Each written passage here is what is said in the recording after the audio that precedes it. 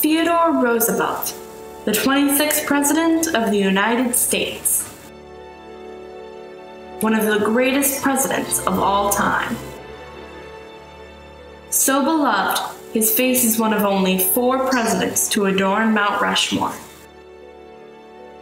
He was known for many accomplishments during his presidency, but his legacy as a conservationist still stands today. He established policies to preserve the lands that he loved so dearly, knowing that if he did not use his presidential powers, the beauty of the American landscape would fade if left unprotected. He used his power to preserve our natural resources in an era when lumber and mining interests were stripping away America's forests, as if they had no end. Recognizing the importance of conservation, he helped to establish large forests, set aside parks as national monuments, and designate national wildlife preserves like no other president before him. To understand why he felt conservation was so important, one has to examine the influences in his childhood and early years that developed his attitude towards nature. Born in 1858 to Theodore Roosevelt Sr. and Martha Bullock Roosevelt, Teddy Jr. was born into the wealthy aristocratic class. His father was a wealthy importer and was greatly involved in philanthropic causes. His work kept him in contact with other powerful and influential leaders. His father's business was in New York, and consequently, Theodore grew up in urban Manhattan, away from the natural world, which he would come to adore. Theodore was also sickly as a child. He suffered from nearsightedness and chronic asthma. He was affected by frequent episodes that made it difficult for him to breathe. Because of his conditions, he was homeschooled and spent more time indoors than other children. His father offered encouragement by taking him outdoors with the hope that fresh air might soothe his asthma attacks. He wanted Teddy to build himself physically and had a gymnasium installed in the family home as a part of a plan for Teddy to build his strength. Teddy also enjoyed hiking outdoors as a part of his conditioning. His family had a summer home away from the city where, on his outdoor ventures, he gained an early appreciation for nature. It was said that once the nearsighted Roosevelt was fitted for glasses, his vision was open to a world of birds.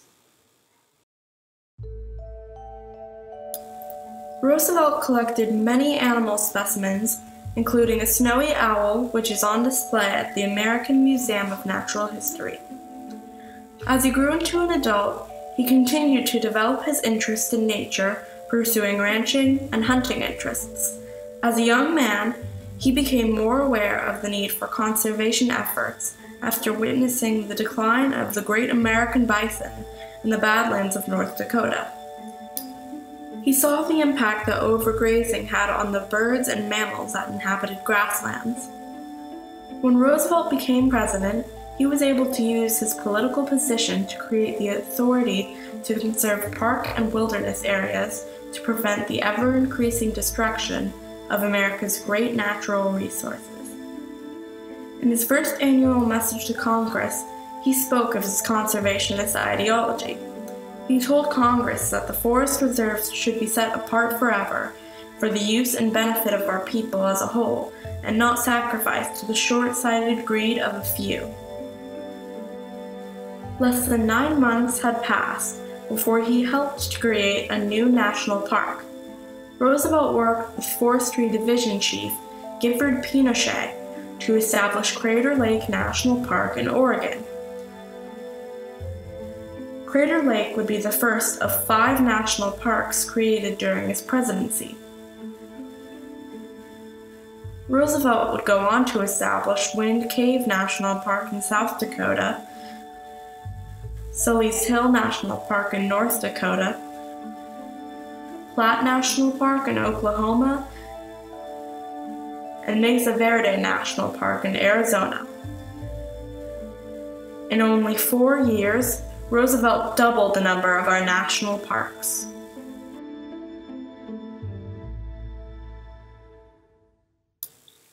In addition to parks, Roosevelt helped to establish sanctuaries and refuges for birds and wildlife.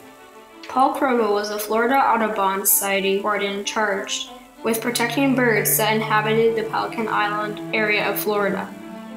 The area was being decimated by plume hunters, gathering bird feathers for hats and adornment. So threatened was the land that 2 other wardens were murdered trying to stop bird hunters.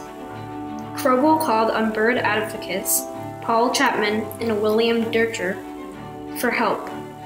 Chapman and Dercher were acquainted with Teddy Roosevelt through his association with the American Museum of Natural History. When Chapman and Dercher appealed to Roosevelt, he signed an executive order establishing Pelican Island as America's first national wildlife refuge. Roosevelt continued to establish bird and wildlife reservations, creating over 51 national reservations during his presidency. In 1903, Roosevelt toured some of America's great national parks. Roosevelt visited Yellowstone National Park and spent time touring the area on horseback with the park superintendent. Roosevelt dedicated the Arched Gateway and spoke to the crowd about developing resources and conservation. During his park visits, he met with naturalist John Muir. Muir's advocacy near the turn of the century was instrumental in the establishment of Yosemite and the Sequoias as national parks. He met with John Muir, and he said, I just want to go through the area with you. Nobody else, just you and me, and you tell me about it, which they did. And as a result, Yosemite was expanded.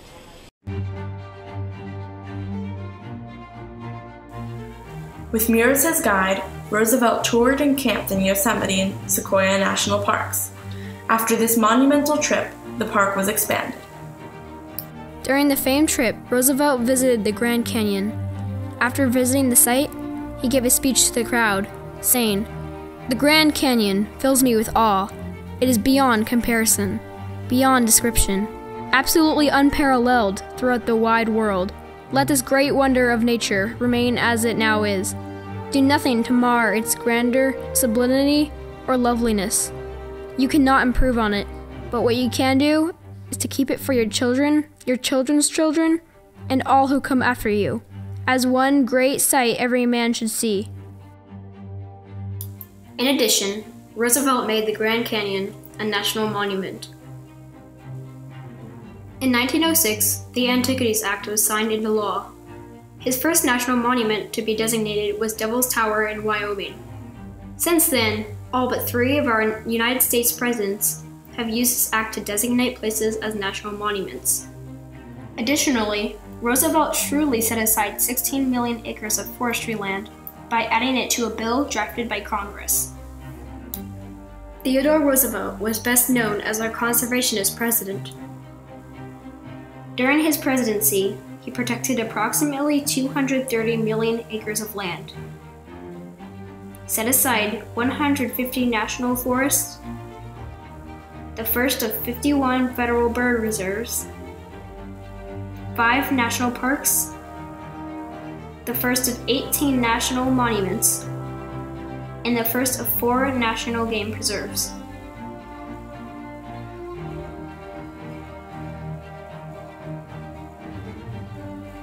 Theodore Roosevelt's leadership was instrumental in laying the foundation for the conservation of America's great parks, forests, monuments, wildlife reserves, and sanctuaries. Roosevelt was kind of his big thing was trying to set aside some of these first public lands, and certainly the National Park Service and the communities working in them are still looking at resources that they feel need to be protected from encroachment by development and other resources. So there are still areas that are new units that are coming into the National Park Service for protection.